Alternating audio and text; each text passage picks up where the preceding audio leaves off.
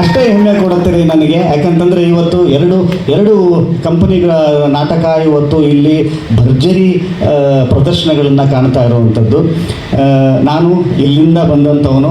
ನನಗೆ ಈ ಊರಿಗೆ ಬಂದಾಗ ನಾನು ಕರೆನೇ ಹೇಳ್ತೇನೆ, ಈ ಊರಿಗೆ ಬಂದಾಗ ನನಗೆ ಏನೋ ಗೊತ್ತಿಲ್ಲ, ನಮ್ಮ ಊರಿಗೆ ಬಂದೆ ಅನ್ನುವಂಥ ಫೀಲಿಂಗ್ ನನಗೆ.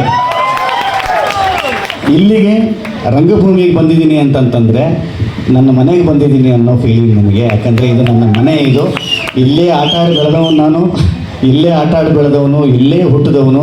ಇವತ್ತು ನಮಗೆ ಗೊತ್ತಿಲ್ಲದೆ ನಾನು ಯಾವುದೇ ಥರದ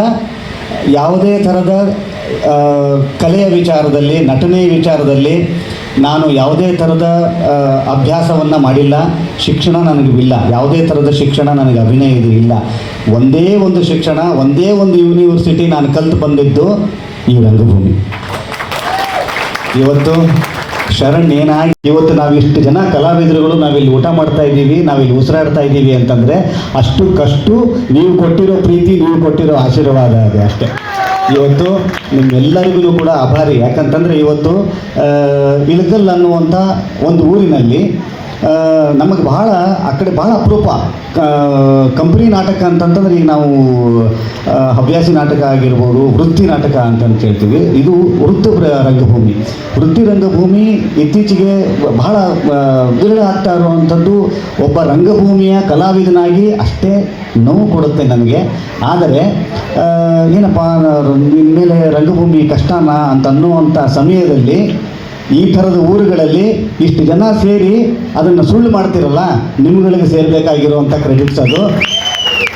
ಇಲ್ಲ ರೀ, ರಂಗಭೂಮಿ ಖಂಡಿತವಾಗಲೂ ರಂಗಭೂಮಿ ಇನ್ನೂ 10 ವರ್ಷ, 100 ವರ್ಷ, 1000 ವರ್ಷ ಬದುಕಿರುತ್ತೆ ಅಂತ ಅನ್ನೋದಕ್ಕೆ ಸಾಕ್ಷಿ ಏನು ಅಂತಂದರೆ ಇಲ್ಲಿ ಸೇರಿರುವಂಥ ಇಷ್ಟು ಜನರೇ ಸಾಕ್ಷಿ ನೀವುಗಳಿಗೆ. ಅದು ಯಾಕಂತಂದರೆ ಇದು ಇಲ್ಲಿ ನಾವು ಪ್ರದರ್ಶಕರಾಗಿರ್ತೇವೆ, ಆದರೆ ವೀಕ್ಷಕರಿಲ್ಲದೆ ಪ್ರದರ್ಶಕರು ಇರೋಕ್ಕಾಗಲ್ಲ ರೀ. ಅದಕ್ಕೆ ರಾಜ್ಕುಮಾರ್ ಅವರು, ನಮ್ಮ ಅಪ್ಪಾಜಿಯವರು ಹೇಳಿರೋದು ನಿಮ್ಮನ್ನೆಲ್ಲರನ್ನೂ ಕೂಡ ದೇವರುಗಳು ಅಂತ. ಯಾಕಂತಂದರೆ ಇವತ್ತು ನೀವು ಕೊಟ್ಟಿರುವಂಥ ಪ್ರೀತಿ, ನೀವು ಕೊಟ್ಟಿರುವಂಥ ಆಶೀರ್ವಾದ, ಇವತ್ತು ಇಷ್ಟು ಜನ ನಾವೆಲ್ಲರೂ ಇಷ್ಟು ಸಂಸಾರಗಳು ಇಲ್ಲಿ ಊಟ ಮಾಡ್ತಾ ಇರ್ತೀವಿ ನಾವು. ನನಗೆ ಬಹಳ ಖುಷಿ ಆಗೋದೇನು ಅಂತಂತಂದರೆ, ನಾನು ಆಗಲೇ ಹೇಳಿದ್ನಲ್ಲ ನಿಮಗೆ, ರಂಗಭೂಮಿ ಇತ್ತೀಚೆಗೆ ಸ್ವಲ್ಪ ಅಪರೂಪ ಅಂತ ಅನ್ನೋವಂಥ ಸಮಯದಲ್ಲಿ ಇಳಕಲ್ ಅನ್ನೋವಂಥ ಒಂದು